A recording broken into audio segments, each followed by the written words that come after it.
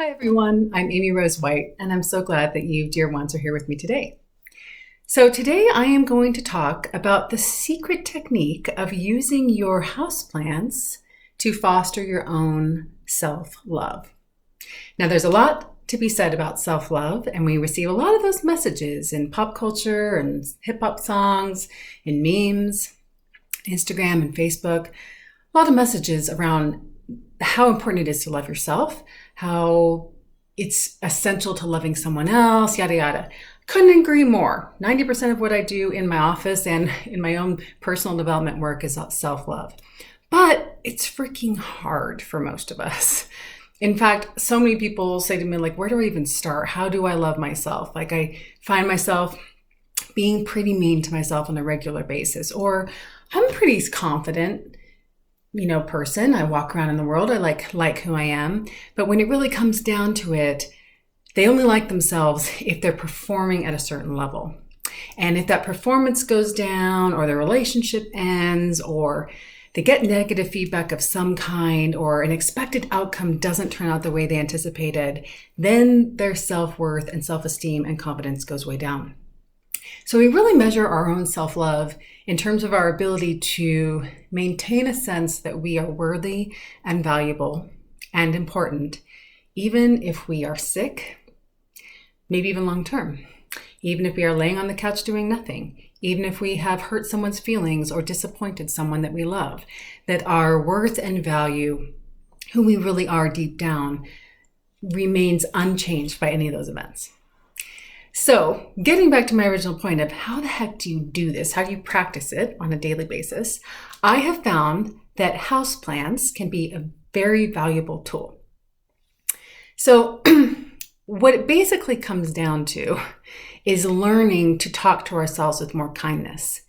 But most of us have a hard time doing that organically. And in my work, I do a lot of something called inner child work. And inner child work is really taking us back to the places where we learned self-hatred, the opposite of self-love, and reparenting that child, letting them know they're not alone, letting them know there's nothing that they did wrong, and experiencing the pain that child had in adulthood now for them because they couldn't express it at that time.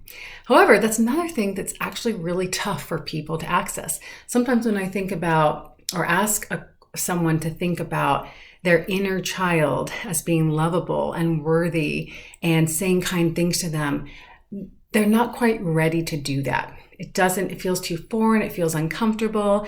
It feels, I'm gonna get a little sexy today. It feels unnatural. It feels confusing. Sometimes people will even have their inner child resist that. So before I do a bunch more videos on inner child work, which I love and am passionate about because it works, I wanted to teach you the plant method first. So this is what I do.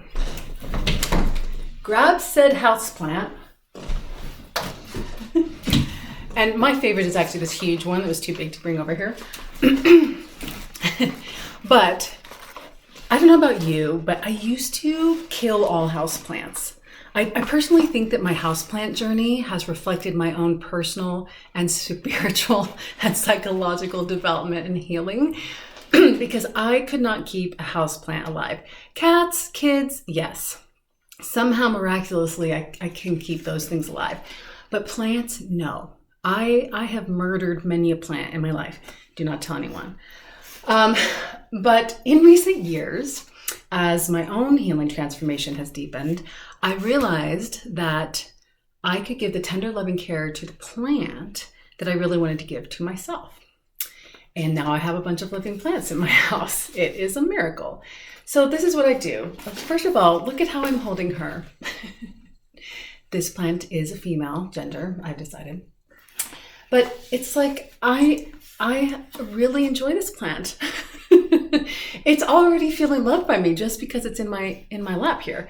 So of course I don't water the plants in my lap, but when I put it in its place where it lives in my house and I approach it on a daily basis, so this is a practice.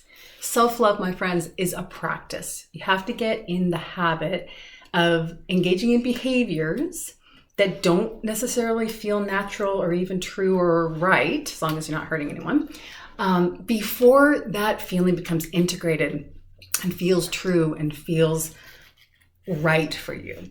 So what I do with the plant is I come up to it every day and I tell her how wonderful she's growing. Look at this new growth. This is literally what I say. Oh my gosh, look at you today. You are looking so gorgeous. You've got deep green leaves and you've got these light green leaves, and look at these new ones that you grew after I got you. And now they're huge and healthy. And oh my gosh, look at here. There's a little baby starting to grow. And aren't you so amazing? You're doing wonderfully. And I cleaned the leaves. This is very important. Don't let your houseplants get dusty. It's neglect and abuse, plant abuse. I'm totally guilty of being a former plant abuser, neglect mainly. So I dust them off. Oh my gosh, this is actually a little dusty. What is going on in my house? I dust them off with a cloth and I tell her how beautifully she's growing. And then I say things like, keep growing. You're doing wonderfully. Get bigger. You keep going. The sky's the limit. Oh, don't hit yourself in the face with the plant. I just tell her how she can't get too big or too beautiful. That I love her and I'm so lucky to have this plant. Oh my gosh, there's a leaf I've just discovered back here that I've been missing that's a little dusty.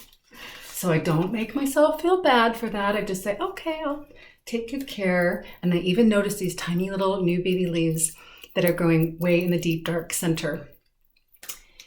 So it's not praise that's lying. It's just really noticing and celebrating the beauty of this plant and expressing my gratitude to it for being in my life.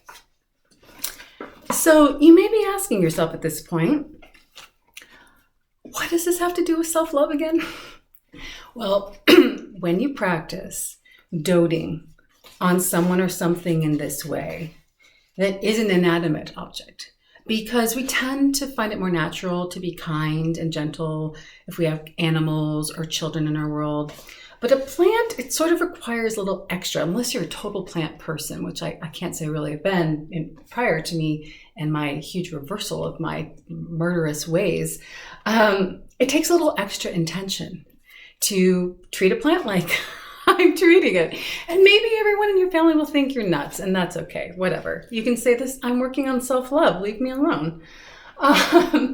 So over time, when you tend to something like this, you can start to generalize that behavior to yourself. You can start to notice yourself in the mirror and say, oh, hey, I'm so glad you're here. You're doing beautifully. You're doing wonderfully. You're growing just like the plants in your house. You're not making any mistakes. You're just learning. I'm proud of you. Keep going. So it becomes sort of like this mirror for your own internal self-talk. And that is my hope for you.